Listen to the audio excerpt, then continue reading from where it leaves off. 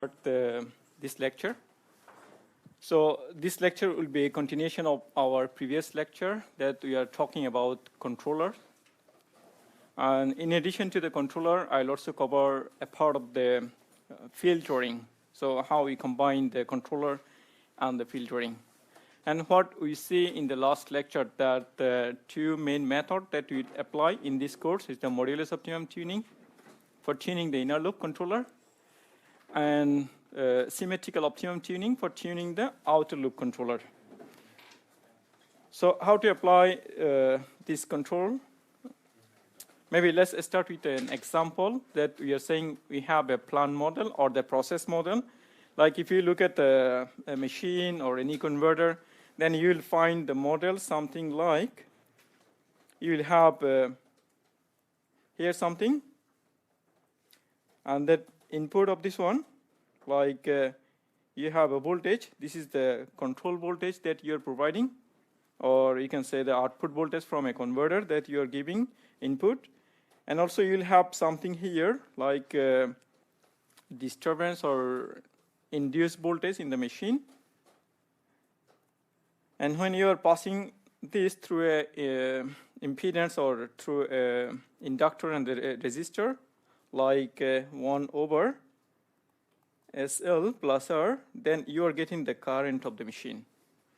So it's some like this equation is the output of the converter, and which you are getting the voltage drop across the resistor, like armature resistor, and then armature inductance, and the voltage drop across the armature inductance, which is L di over dt, and then you will have the induced voltage there. It's the, you can write BI or something, or maybe E. There's the induced voltage. And if you rearrange this equation, then you'll find this block, like a B out minus VE. And if you subtract, and then the 1 over, and if you present this in Laplace form, then you can write is SL. So you solve this equation for current, then you are getting this block diagram. So we got this block diagram, and this is the output current of a machine, you can assume for now. So once you have the machine current, and then you can also present it in terms of the torque. Like for example, in a DC machine, maybe you can multiply this current with flux. That give you like maybe torque, just as an example. So a different machine, you will have the different things here in this block. And then on you have the torque, then we know that very well-known equation. We have the electrical torque, and then you'll have the load torque, like here, when you subtract, and then you have the 1 over Js, J is the inertia of the machine, and that give you the speed of the machine. So you can see that this is the block diagram of a machine now. We can present in terms of the transfer function, like this whole part now is a machine here. So if you have anything, any physical quantity, and you can represent it through some transfer function.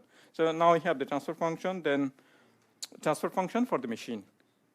And what you see that in this, you got the speed of the machine.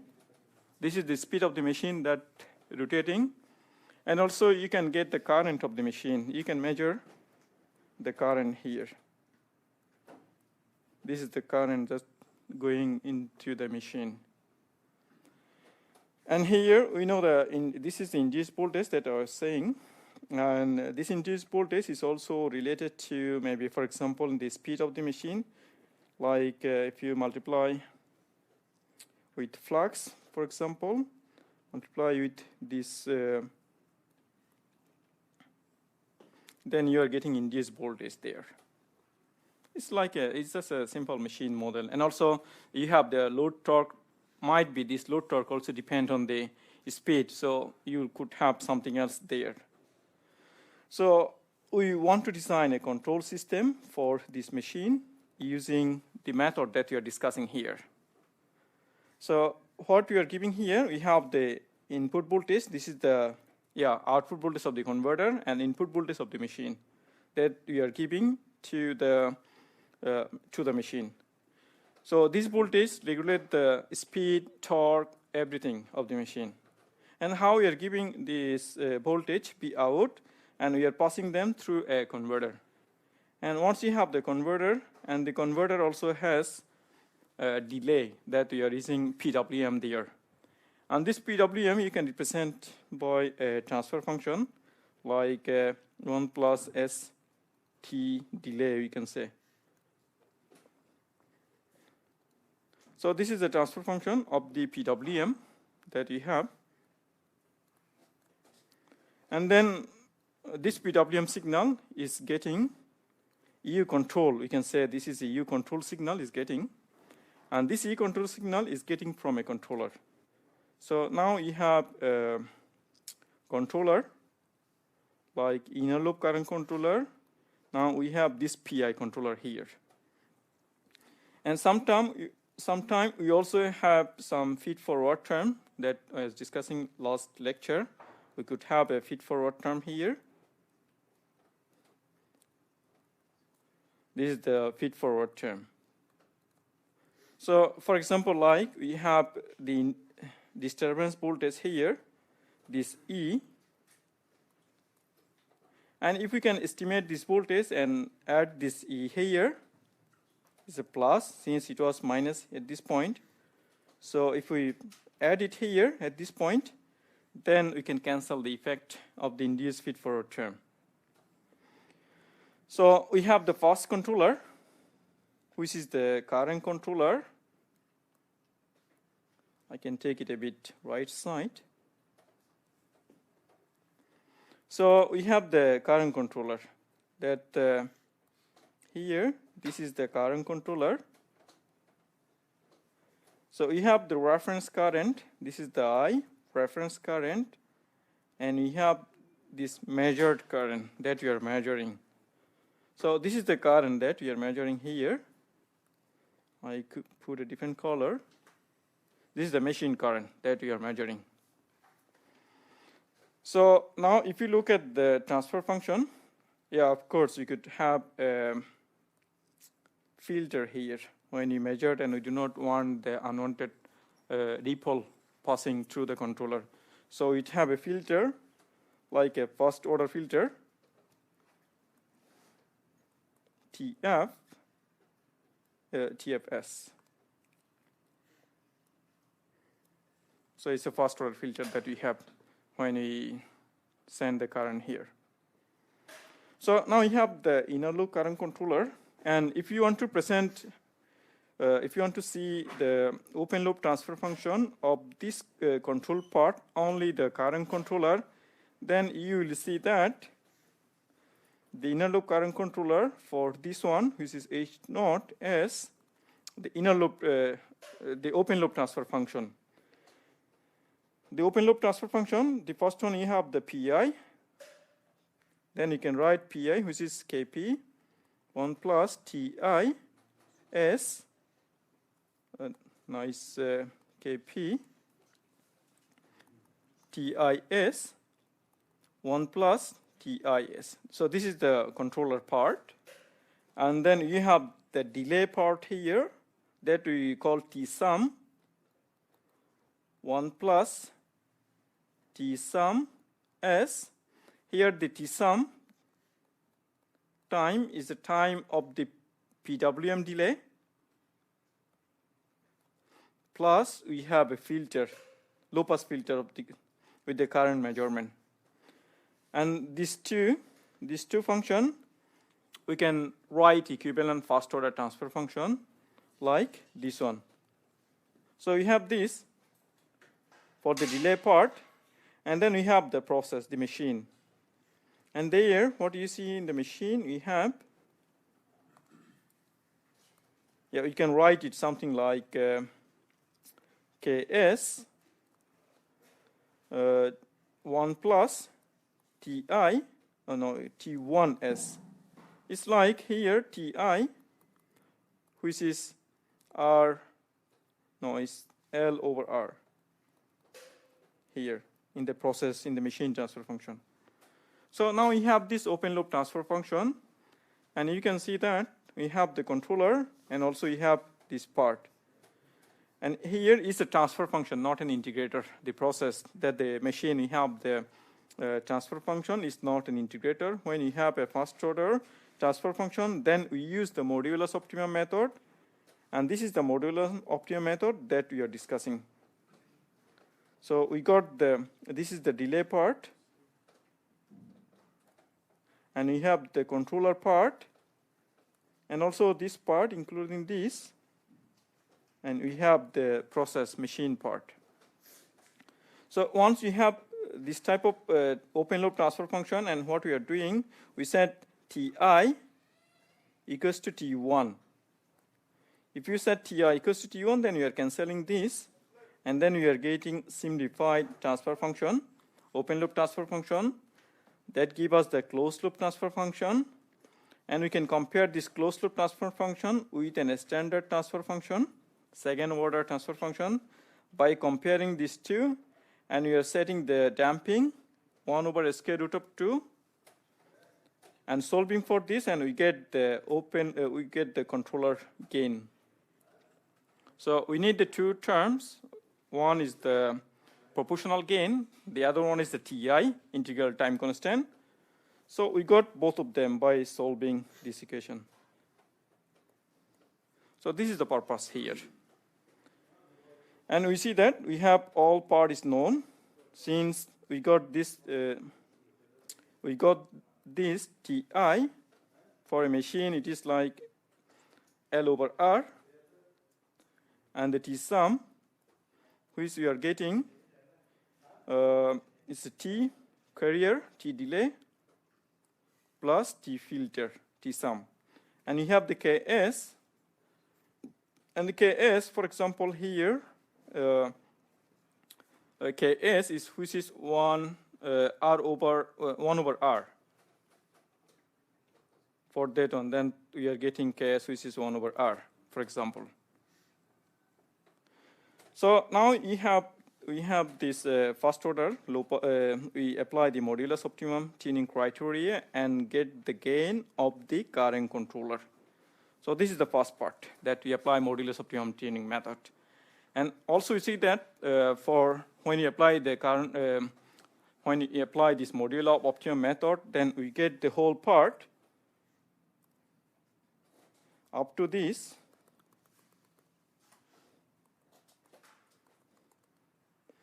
A second order transfer function, because now we got the closed loop transfer function, and we present the closed loop transfer function, which we got a second order transfer function. Yeah, something as 1 over omega naught, 1 over omega naught, something SSK. Yeah, something like that. So we got the whole closed loop transfer function equivalent to a second order transfer function. Now we want to implement a speed controller on top of that, additional controller. So if we want to implement an additional controller, now let's say we are implementing the additional controller. This is the speed controller here, and another is a PI controller. And the speed controller gives us torque reference, and this torque reference we can convert it into current reference. So we have the reference speed, is omega ref, and we have the actual omega. And this actual omega is also coming from maybe another filter. And this is the speed of the machine that you are feeding back. So now we have another controller, the second controller. First controller is the current controller. This is the current controller. And the second controller, now we have this speed controller. Now we want to tune this speed controller. So what is the first step to tune the speed controller? First step is to simplify the inner loop controller. We have the closed loop transfer function of this inner loop. And then we check that we can represent the second order transfer function equivalent to a first order transfer function. That's what we tested here. We have the second order transfer function, the inner loop one. Then now we convert it into a first order transfer function with the equivalent time constant of T equal. T equivalent. So if you set this T equivalent here, then what you are getting the speed controller and the PII. Could be some disturbance or not. And then first order equivalent transfer function. So this whole thing represents the inner loop current controller, all this thing. And then you have the torque, electrical torque, load torque, and when you integrate it here, that give you speed. So now we want to tune the outer loop controller. So here what you see, what we have here, if you look at the transfer function for this outer loop controller, HS, then you have the PI, KP,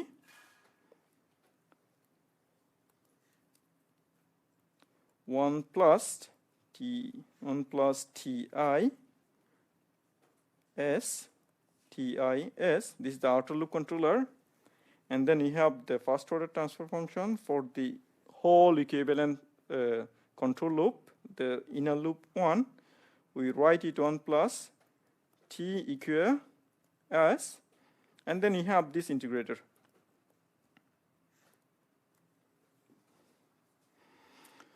So before we had a first order transfer function, now instead of a first order transfer function, for the outer part, this part, for the process part, we have only integrator.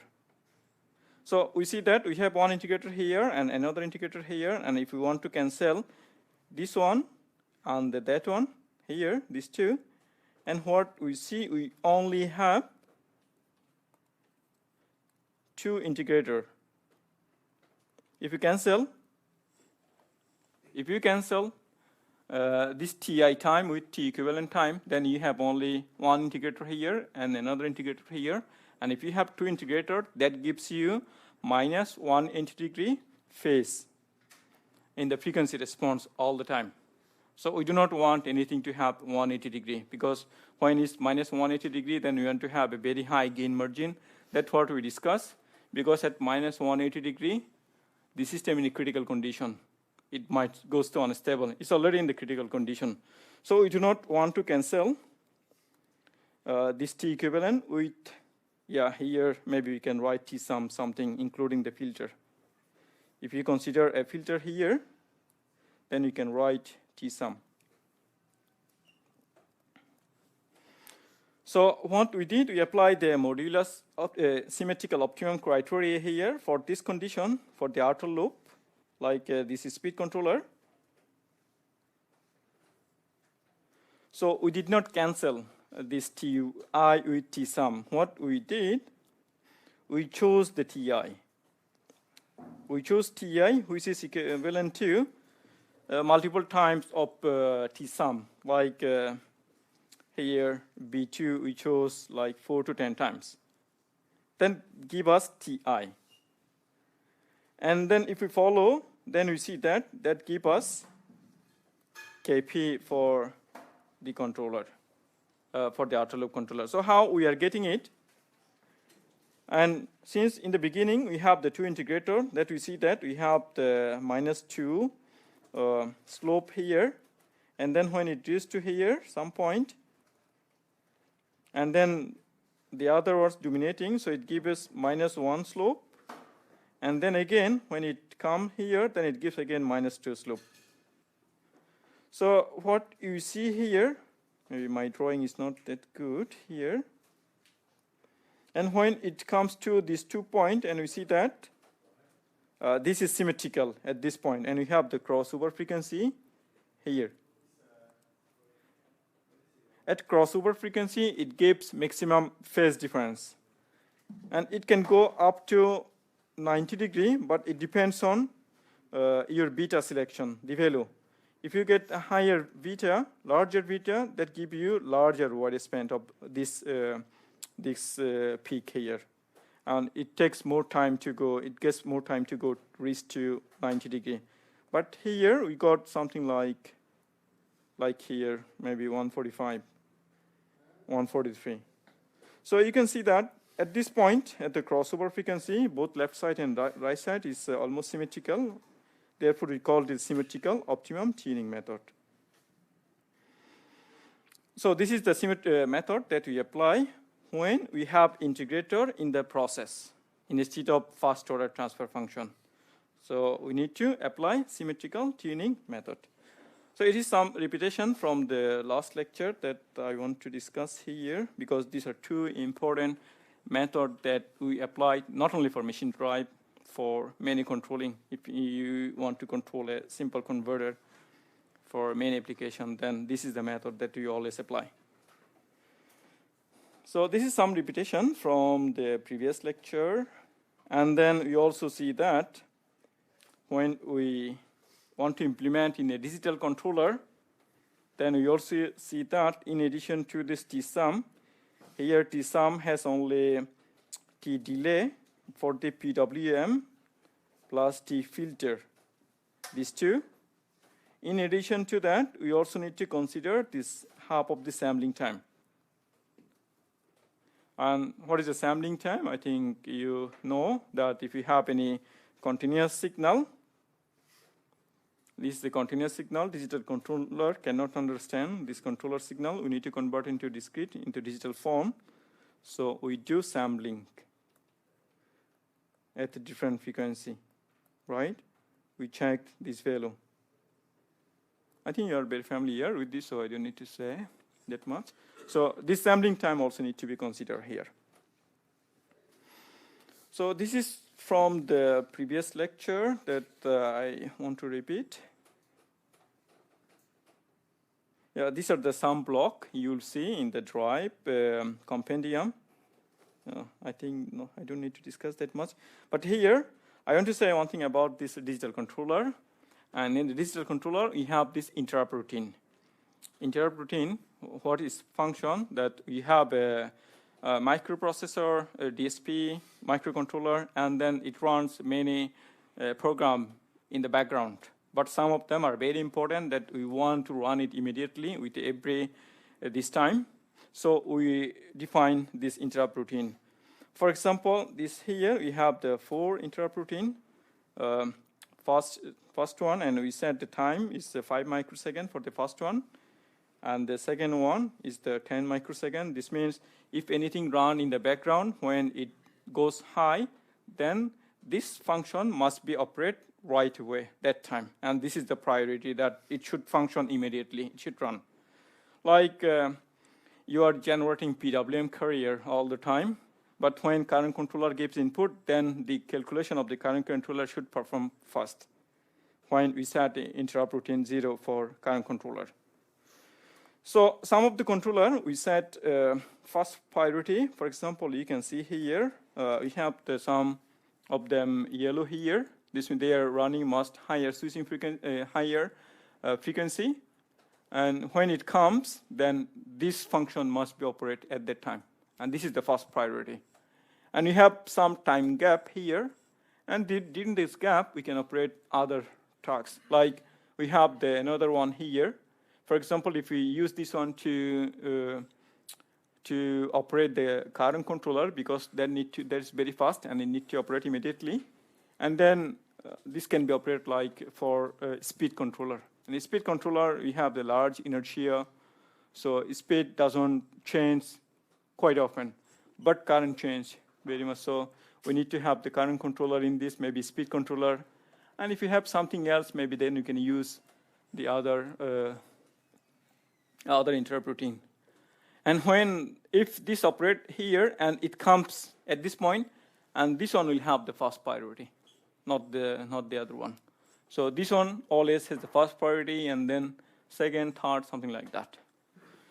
But now here at NTNU, now we are using FPGA system on chip, and it runs very fast, and it has a very large computation capability. So we can do everything with this clock cycle.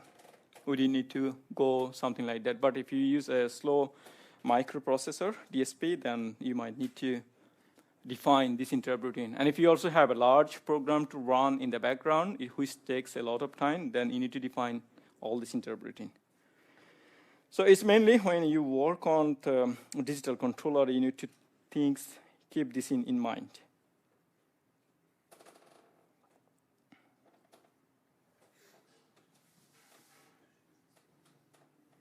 Now I want to go to talk about the filter, because we see that we always have a filter, both the current controller and the speed controller, all other. So I'll discuss here the filter for the current controller. So what we see that we have the converter, and this converter give a voltage V out, and we connect this with the machine here, and this machine is rotating. And if you look at the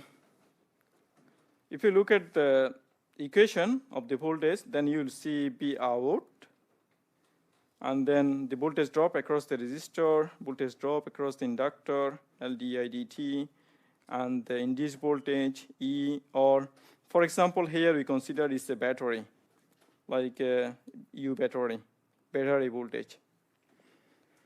And then you can write the current like this for this scenario.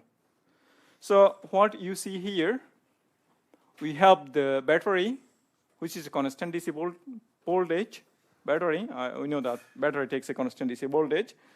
But the output voltage of the converter at this point is coming from PWM signal. So the voltage there, you will see something like PWM, output of the converter. So converter has the PWM output voltage, and if you look at the average voltage of this one, should be something like constant voltage. This is the average voltage, and we are interested both average and the ripple voltage. So then we see that it has some ripple here, the voltage.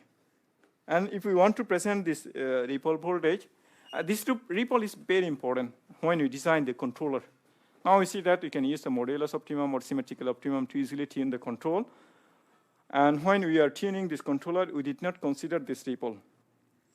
And this ripple can make a lot of problem if we don't consider it. Why it can make a lot of problem? Because the output of the controller would be like maximum 1, minimum -1. So this is the range of the output of the controller that we would get, and we compare this one with the carrier. But if we have a lot of ripple means is there something in the top and something in the bottom. So what will happen? The controller will always go 1, -1, 1, -1, 1, -1, because it has something on top of, like if you have the controller reference, which should be like DC signal, but if it has something ripple, then it will be something like this. Instead of constant DC voltage, you will find something because it has this ripple with a peak. So instead of having like this, you will get something like this. Because it has a high peak, then your controller output will be 1, -1, 1, -1. When it's like that, this means the controller cannot operate satisfactorily. It's always moving from 1 to -1. So we want to filter out this ripple. We don't want to have this ripple in the system. They are making problem to our controller. So we need to do some analysis how we can filter out and what is the method. So we start with checking the filter current, ripple current, and we can represent that. Here you will see this sign, this representing is a ripple current, not the full current. So we have the ripple current, and here U out. And you can see that ripple current mainly depend on the inductor. Why it is in inductor? This ripple is in high frequency. And if you look at the impedance, which is R, J omega L, at high frequency, this term is very high because you have the, like for example, if it's frequency 300 hertz, then you have 2 pi 300 L. So compared to this resistor, this part is very high. So you can neglect this resistor part. We only consider this inductor because that gives us in the ripple voltage you only mainly see across the inductor, not on the resistor. And how to get the ripple current? So you have the ripple voltage B out, and it's coming from the converter because of this PWM operation. And if we integrate it, that gives us the ripple current. So we need to consider this ripple when you design the controller, when you design the filter mainly. So here you will see that this figure, what do you see? Like if it's a thyristor or maybe diode rectifier, and you'll see here is 1/6 of the period. This means in the maybe I can go to the next slides, and maybe it's easy to discuss there. So this is the output of the thyristor, and you can see you have some delay angle. And here what you see is we have some delay, and then this is the output voltage. So we are expecting to have the output voltage constant, like this constant. But instead of this constant, what we see, it has some ripple. So we can calculate the ripple, and we see that the ripple voltage that we can write here. This is the voltage of the thyristor rectifier, and we can calculate the ripple voltage. Yeah. So in the next slide, he is given the ripple voltage. This is the ripple voltage of the thyristor rectifier. And I don't want to discuss how we can come up to this equation, and you'll see in a power electronics book when they discuss more detail about the thyristor rectifier, and they present a step by step to come to this ripple voltage. So for now, it's okay to understand only that thyristor rectifier, it gives us some ripple voltage, something like this, and the shape of this depends also on the firing angle of the thyristor. So you have the firing angle. When firing angle is 0, this means it behaves like a diode rectifier. And when firing angle 90 degree, then it gives worst case, highest ripple. So if we know the ripple voltage here from this one, then we can get the ripple current by integrating it. So this gives us the ripple current in a diode rectifier. And we need it here. This is the input voltage, and here we have the natural frequency. This is the 2 pi 50. And we have the inductor of the system. And then it's only the alpha. So the alpha tells us the how much would be the ripple voltage here, or ripple current. One example is given here to see the ripple, and you can see that this one has the less ripple. This means this is like a diode rectifier. When we set the alpha 0, and that gives us the output voltage with a little oscillation. But if you set the alpha 90 degree, that gives us highest ripple. So when you have the alpha 90 degree, then you'll see that this cyan color here, this highest ripple. So we consider this ripple current, and you can see that it's like here 0.093 multiplied with this term, and we cannot allow maximum we can allow maybe maximum 0.08%, but yeah, 0.08, not the percent, maybe 8% ripple we can allow max, but here you can see it's higher. So we need to do something to reduce this ripple in the control system. Maybe still 0.08 could be higher. Maybe you can go up to maybe 4% or maybe 5%, something like that. So this is the equation, I max ripple, that you are getting for thyristor rectifier. And if you also see other converter like a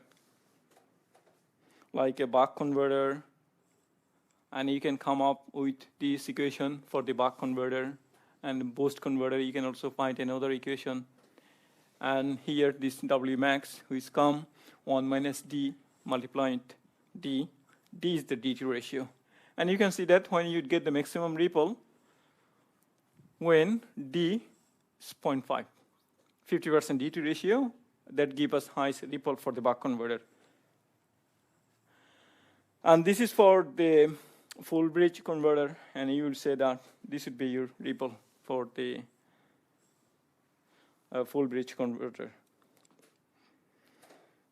And similarly, we can also calculate the ripple current for a three-phase voltage, three-phase two-level converter, and we use this three-phase two-level converter for induction machine, PM machine, a lot. And it gives us, this is the maximum ripple current for this two-level converter. So I'm not going to derive all this because you can get, if you want to see how it comes, then you can look at any powertrains book that gives the detailed derivation process. But for now, it's okay just to understand that it gives 14% here, but we don't want that high ripple, maybe not more than 5%.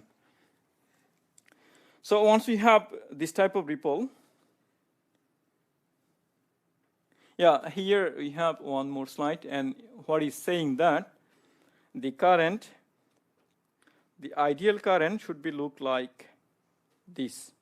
This is the ideal current. But actually, because of this ripple, then we will see the current, which is something like this, with some oscillation. And you can see we have the different phase here, like here it is 90 degree, here it is 0 degree. And the ripple component is different at different angle for this current. Like if it's 45 degree, then like this, and then 60 degrees like this. So we always consider the worst case. That makes the problem worse. So now we know that all the converter, when we have the PWM signal, they operate based on the PWM signal. They produce ripple, and we need to filter out the ripple when we design the control. Otherwise, the controller doesn't operate as satisfactorily. So this is one thing now we know. Now we want to know another thing is we say that there's some delay in the PWM, and there are many different types of PWM that we can implement. Like here, first two is the continuous PWM in an analog controller, and we are generating the carrier, and it's all the time, it's acting instantaneously. Like we have the carrier, triangular carrier, and when the signal comes, then it's acting instantaneously. But still it has some delay, like, for example, if you consider this signal, and it here, like, it changed at this point.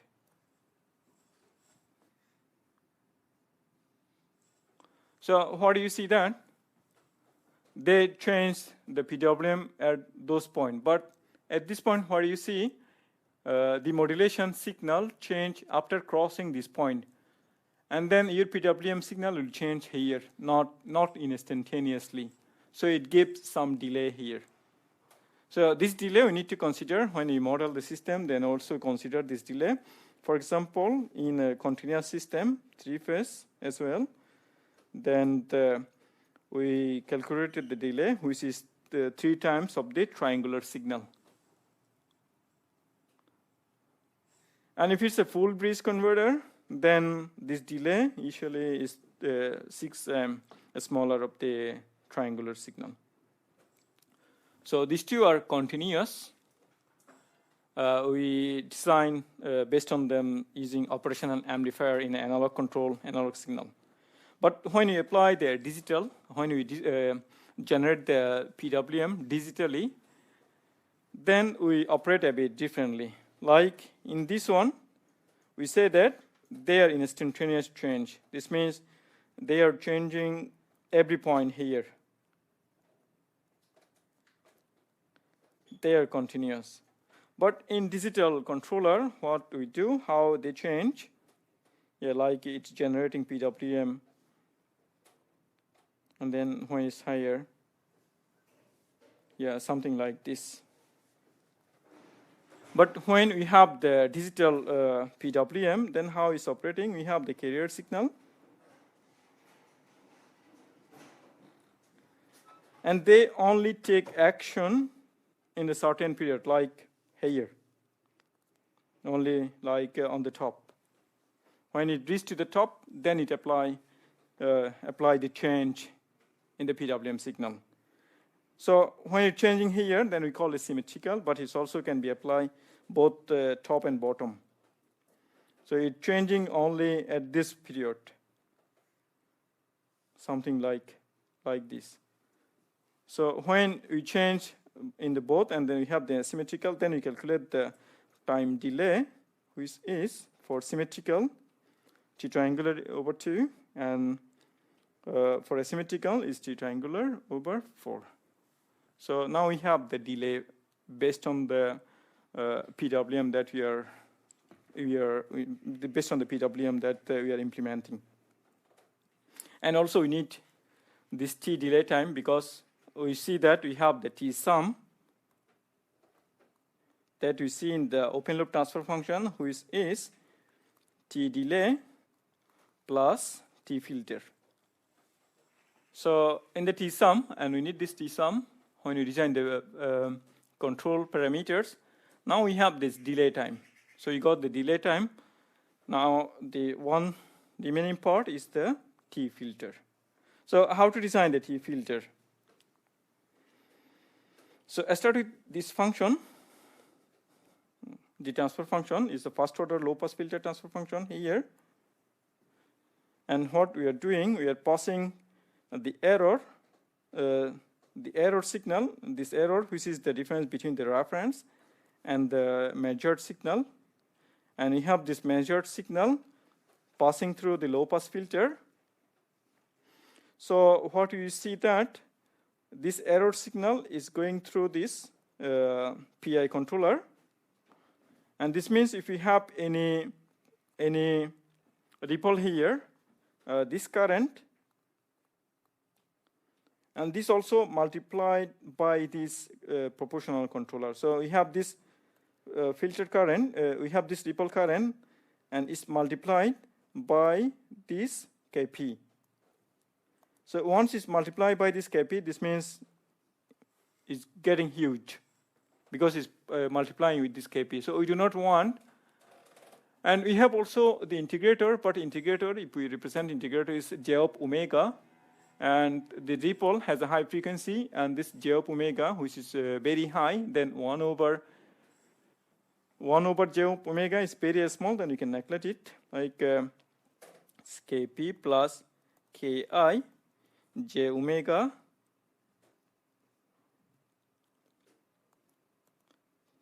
I ripple current here. And frequency is very high, then this term is really high, right? So 1 over ripple, then it's very negligible. So we can neglect integral part, and you have only the proportional part that reflecting, getting out from the controller. And if we calculate how much is getting, the ripple voltage from the controller is the ripple voltage, and this is the ripple voltage. And here we have the Kp. And if you look at the Kp from the modulus optimum tuning, then we see that this ripple, which is the Kp, which is T1 divided by 2 times multiplied Ks multiplied T sum. So you have this T sum here. So we see that this ripple has a very good impact to the control signal, and we want to filter it out. So if we know all this value, and then if we set this T sum, a T filter, so that we can get this less than 0.08. So here in this equation, we want to have this ripple control voltage from the controller less than 0.08. And in order to have that, what we have here, we know this Ks from the process, we know this T delay from the PWM, and we know this T1, and we know the ripple frequency from the output current of different converter system. and only unknown quantity is TF here.